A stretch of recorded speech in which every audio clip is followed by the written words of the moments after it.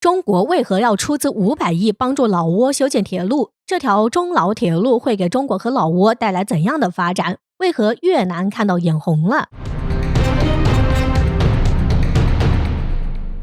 近年来，中国的社会经济取得了巨大的发展，而且中国更加注重在基础设施的建设。因此，中国不仅在国内加强了基础设施的建设，而且在国际社会上也是不断的有中国基建的身影。中国的基建团队承接了许多国家的基建项目，也是给国际社会上留下了深刻的印象。因此，也就有越来越多的国家想与中国合作，并让中国来帮忙加强本国的基础设施建设，而中国也是很愿意帮助他们来进行基础设施的建设。而中国此次帮助的国家就是中国的好邻居老挝。我们都是知道，老挝是与中国接壤的国家，但是由于老挝的经济比较落后，所以发展上也是比较的缓慢，而且老挝国内也是没有较好的铁路，也无力去修建铁路。俗话说要致富先修路，因此老挝的经济想要得到高速的发展，就需要加强本国的铁路建设。而且老挝与中国的云南接壤，两国之间在边界也是常有贸易，但是还是缺少便利的交通，因此就需要用铁路来加强两国的联系。所以在看到老挝提出要修建和中国的跨国铁路想法，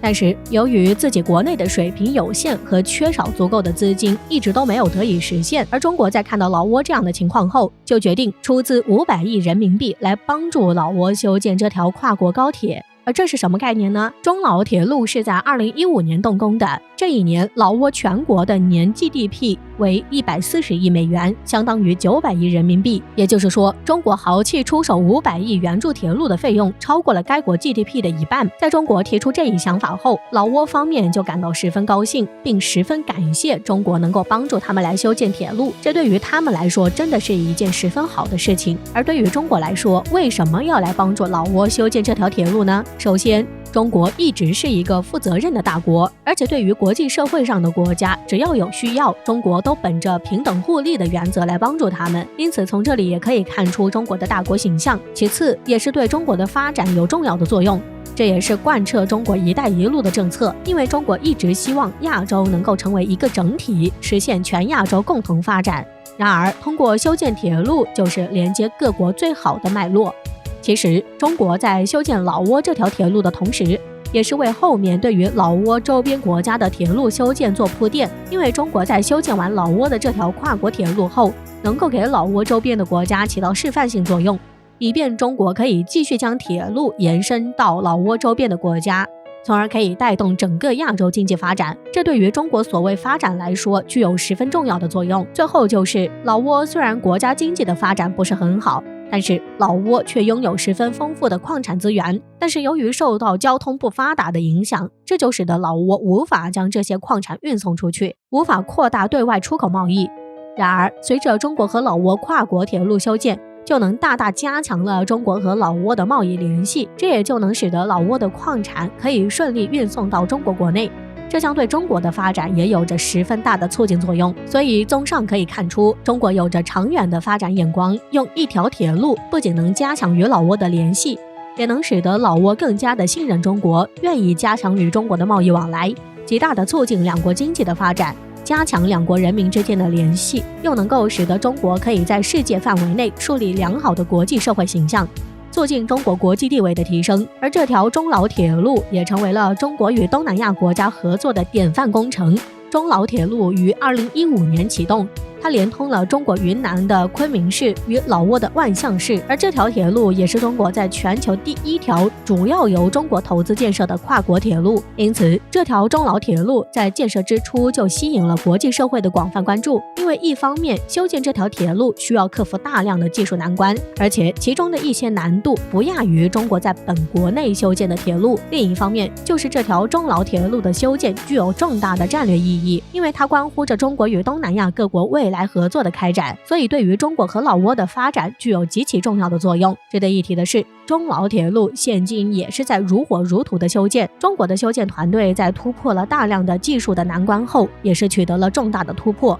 据悉，这条中老铁路预计在2021年底将实现中国云南昆明段与境外老挝段同步建成通车。至此，中国云南昆明至老挝万象有望实现西发招致，极大地加快了中国和老挝两国的联系与交流，而中国云南西双版纳也将结束不通铁路的历史。因此，这条中老铁路对于中国和老挝都有着十分重要的作用。而中老共同的白眼狼邻国越南，在看到了老挝的铁路取得了如此大的成就后，就感到分外的眼红。回想起他们自己的高铁建设，那真的是不堪回首啊！这是怎么回事呢？原来此前越南要修建高铁，越南就开始在全球范围内招标，竞争国家有中国、德国和日本。但是最终越南既没有选择技术最好的德国，也没有选择发展最快、建造里程最远的中国，而是选择了价格最贵、技术实力却只排在世界第3的日本。据报道，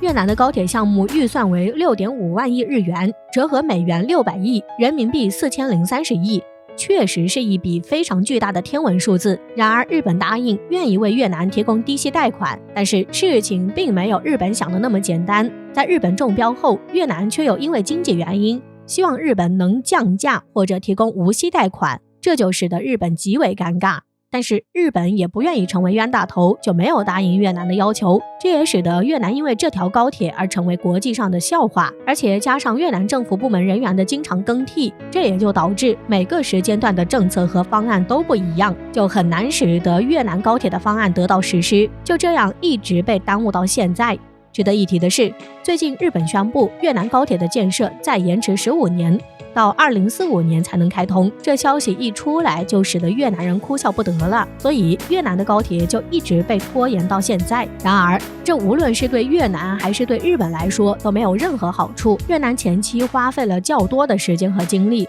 而到现在连高铁的影子都没有见到，真的是失望至极。估计现在也是很后悔没有选择中国来修建。所以说，当初越南政府要是不拒绝中国帮忙来修高铁，现在可能都已经修好了。对此，专家评论说，现在后悔也没有用了。现在越南只有去弥补这个错误，只能加快和日本的协商，争取将这条高铁尽快实现通车，这才是当务之急。因此，每个国家所做的选择很重要，而且国家的格局也很重要。而中国就是很有格局的国家，从中国愿意出资500亿帮助老挝修建铁路，就可以看出中国的大局观。这对于中国后续的发展也将会有重大的促进作用，相信中国未来的发展可期。